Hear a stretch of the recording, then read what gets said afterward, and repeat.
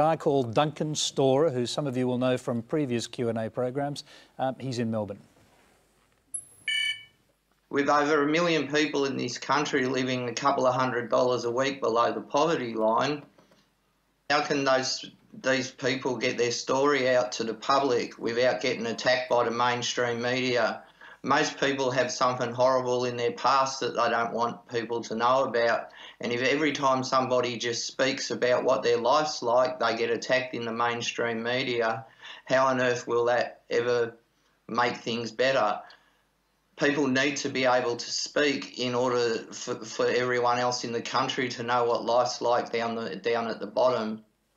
OK, just to remind anyone who doesn't know, Duncan Storer stirred up quite a storm when he appeared on Q&A 2 years ago, and he challenged the federal government's plans to give tax breaks to the middle class but not to the poorest Australians. Some viewers launched an online campaign to raise money for Duncan, but the Murdoch media raked through his personal life and past crimes to attack him.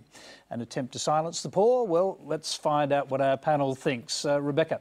Yeah, I mean, Duncan's question really makes me think that there has been a little bit of an upsurge in this idea of the undeserving poor in Australia. And you see it in particularly in the way that we look at people who are homeless.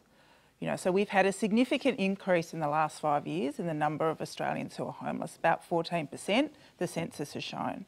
And what's incredible when you look at those numbers is there are, about 30%, it's hard to tell often, about 30% of those homeless people have a job.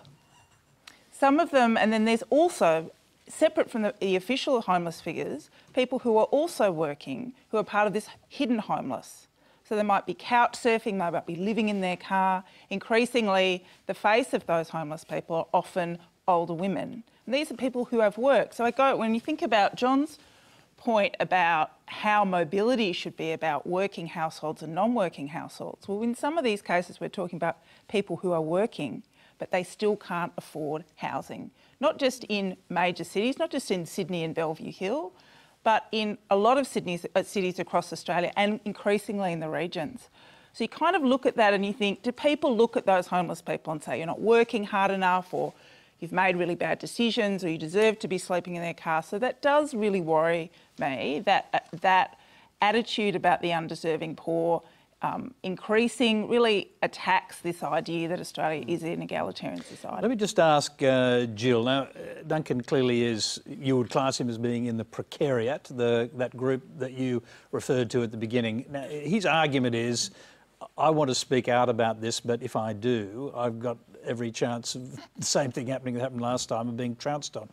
Absolutely. We are not good at these conversations. We're not good at talking about homelessness. We're not good at talking about deserving vis-a-vis undeserving poor. We are struggling, really, I think, to come to terms with this in terms of having a national debate about this.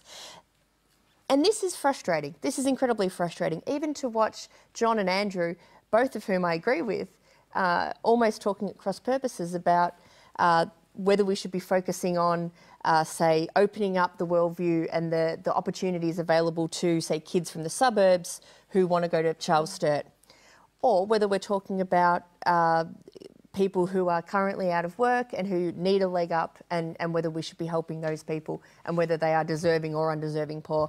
These things can all be of great concern to all of us. I think what really speaks to a big problem that we're having in Australian national debate at the moment is Duncan's story, in which he did just try to ask a question, I think a very valid question about the merits of middle-class welfare in Australia, and was attacked, really pilloried by certain areas of the media. If we don't give people from all classes, from all parts of our society, access to a public voice, then we are not going to be able to enhance this conversation. It's not going to become any less unedifying than it is at the moment. Let's hear what John Roscombe thinks.